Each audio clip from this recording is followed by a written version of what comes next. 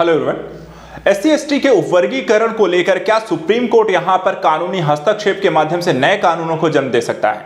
इसको लेकर के देखा जाए तो यहां पर सुनवाई शुरू हो चुकी है और कई सारे प्रश्नों को लेकर सुप्रीम कोर्ट यहां पर आपको कई जवाबों को यहां पर देने जा रहा है। सबसे पहले देखिए, यहां पर जो मुद्दा है, चर्चा का विषय का लगातार बना रहा है, जिस तरीके से ओबीसी के उपवर्गीकरण की स्थितियां यहां पर सरकार के द्वारा यहां पर स्पष्ट की गई थी, उसी तरीके को लेकर एससी के उपवर्गीकरण को लेकर भी काम शुरू किया गया।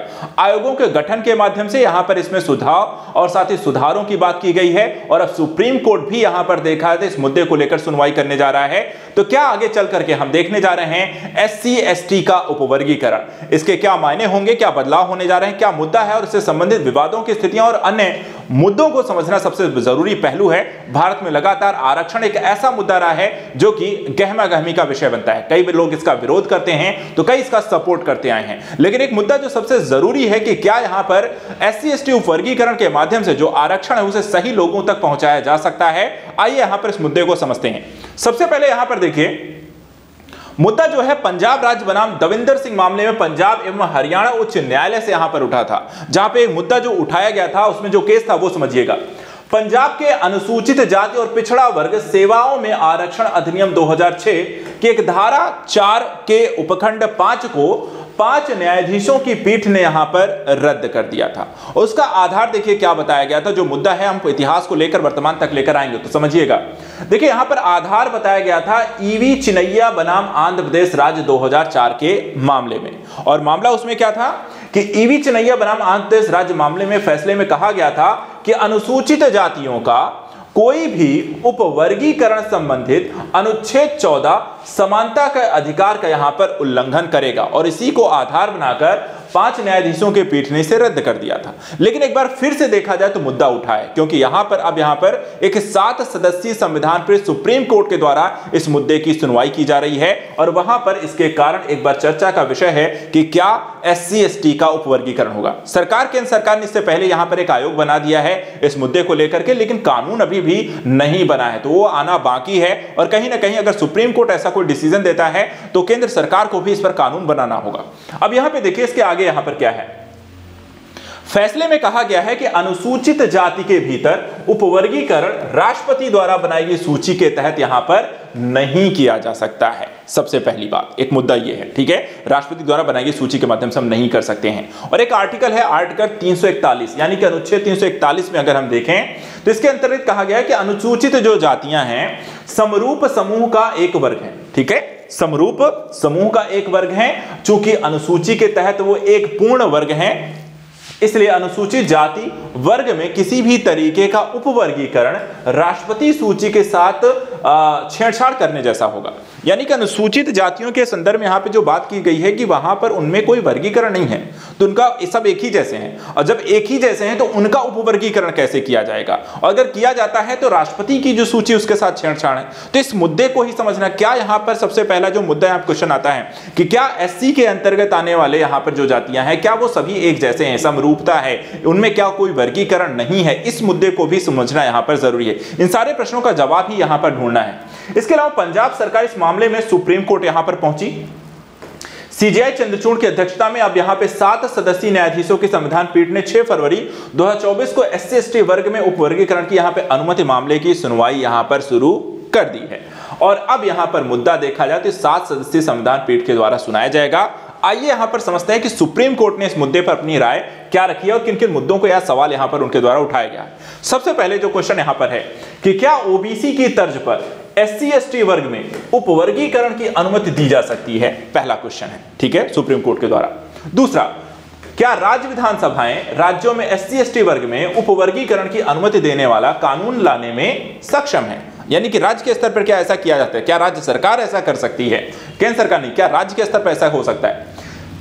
एक और न्यायमूर्ति यहां पर गवई ने अनुसूचित जातियों के उन्नत वर्गों के भीतर पीढ़ी दर पीढ़ी जो आरक्षण को लाभ लेने पर भी यहां पर प्रश्न उठाया है। यानी कि देखा जाए एससी के अंतर्गत आने वाली जो भी जातियां हैं उसमें किसी वर्ग विशेष की जो जातियां हैं वो लगातार लाभ उठा रही हैं, पीढ़ी दर पीढ़ी उनके हर पीढ़ी लाभ उठाए, लेकिन बाकियों को क्या उसका लाभ पहुंच रहा है, ये क्वेश्चन है। इसके अलावा न्यायमूर्ति विक्रमनाथ के अनुसार यहां पर देखिए वो क्या कहते हैं कि समृद्ध उपजातियां उन उपजातियों के लिए जगह बनाने के लिए आरक्षण के दायरे से बाहर निकल सकती हैं जो अपेक्षाकृत समाज में सबसे पिछड़ी स्थिति में है। यानी कि एक तरीके से एक ही जाति के अंतर्गत जो उपजातियां हैं, अगर कोई उपजाति यहां पर बेहतर हो चुकी है तो क्या उसे उससे बाहर कर दिया जाना चाहिए, क्या ऐसा हो सकता है, एक क्वेश्चन ये भी है। और आरक्षण का उन शेष उपजातियों को दिया जाए जो अभी भी यहां पर हाशिए पे स्थिति पे। तो ये सारी जो चीजें हैं सुप्रीम कोर्ट की जो 7 सदस्यीय संविधान पीठ है, इन्हीं मुद्दों को लेकर यहां पे चर्चा होने वाली है, सुनवाई होने वाली है और इसी का जो रिजल्ट यहां पर फाइनल डिसीजन आएगा उसके माध्यम से यहां पर आगे बातें क्लियर होंगी। अब देखिए यहां पे एससी एसटी के वर्गीकरण को भी समझना जरूरी है, क्या आवश्यकता है इसकी, ये मुद्दा एक रहा है कि क्या इसकी आवश्यकता है, ये भी समझ लें। ठीक है, सबसे पहले देखिए सामाजिक न्याय का एक मुद्दा आता है, सोशल जस्टिस आप कैसे सुनिश्चित करते हैं किसी वर्ग विशेष में, यानी सभी को यहां पर समान अवसर की उपलब्धता, पढ़ने की, लिखने की, आपको रोजगार की, अवसर की, आगे बढ़ने की। ठीक है, सामाजिक न्याय की यहां पर उपलब्धता की हम बात करते हैं। तो क्या यहां पर यह उपवर्गीकरण की स्थिति ऐसा कर सकती है? अनुसूचित जातियों के बीच असमानताओं को दूर करना होगा, संसाधनों के समान वितरण को सुनिश्चित करना, कैसे करेंगे? रोजगार हो गया, शिक्षा हो गया, विधायिका में एससी एसटी ओबीसी में शामिल सभी जातियों की उनकी जनसंख्या के अनुपात में प्रतिनिधित्व प्रदान करना है और आरक्षण व्यवस्था को तार्किक बनाने के लिए क्या ये सारे पहलू जो हैं ये काफी नहीं है कि एससी एसटी वर्गीकरण की हमें आवश्यकता है। देखिए यार हर एक तर्क अपने आप में कहता है कि यहां पे देखिए लाभ आरक्षण का मूल, अगर हम देखिए एक चीज यहां पे ध्यान रखिएगा, आरक्षण लाया ही इसीलिए गया था कि यहां पर लोगों को, जो समाज के दबे कुचले लोगों को आगे बढ़ाने का, लेकिन अब आरक्षण जो है सही तरीके से सभी तक नहीं पहुंच रहा है। अब विशेष वर्ग ही इसका फायदा उठाता है और उसके बाद यहां पर देखा जाए वो भी इसका विरोध ही अपनी ही जातियों के विकास के संदर्भ में करते हैं। तो कहने के आरक्षण अपने आप में एक मुद्दा ऐसा बन गया है जहां पे सभी के विकास को सुनिश्चित करना इसका सबसे बड़ा प्रश्न है। अब वर्गीकरण के पूर्व के प्रयासों को भी समझ लेते हैं, क्या इससे पहले कभी इसको लेकर के कोई प्रयास यहां पर किए गए हैं? तो वर्ष 1996 में अगर हम देखें तो आंध्र प्रदेश सरकार ने जस्टिस रामचंद्र राजू आयोग का यहां पर गठन किया। आयोग ने राज्य में अनुसूचित जाति का वर्गीकरण करने की यहां पर सिफारिश की, लेकिन तब अगर हम देखें तो राज्य सरकार ने इस कानून को लागू करने की सिफारिश की और मामला यहां पर न्यायपालिका में चला गया था। सुप्रीम कोर्ट ने 2004 में निर्णय दिया था कि राज्य सरकार के पास अनुसूचित जाति के वर्गीकरण करने का कोई अधिकार यहां पर नहीं है।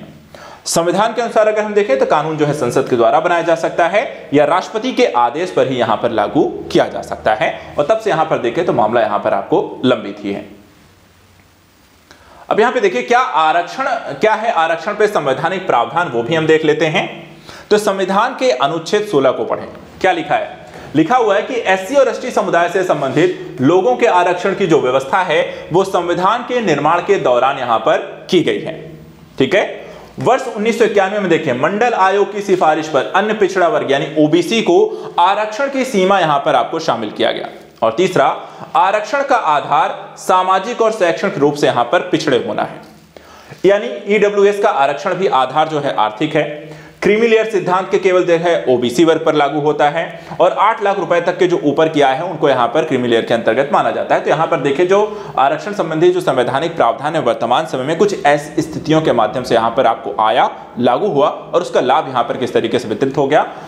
अब यहां पर वर्तमान समय के जो रिजर्वेशन है जो सेंट्रल गवर्नमेंट के द्वारा यहां पर जॉब्स पर डायरेक्ट रिक्रूटमेंट के तहत यहां पर ऑल इंडिया बेसिस पर आप पर ओपन कमिटमेंट के तहत यहां पर आपको दिए जाते हैं। जैसे एसटी को देखा जाए तो आपको 7.5% है, एससी को यहां पर आप देखें तो 15% है, ओबीसी को आप देखें तो 27% है, ईडब्ल्यूएस को देखा जाए तो 10% है और टोटल यहां पर देखा है तो 59.5% का यहां पर टोटल आपको आरक्षण है।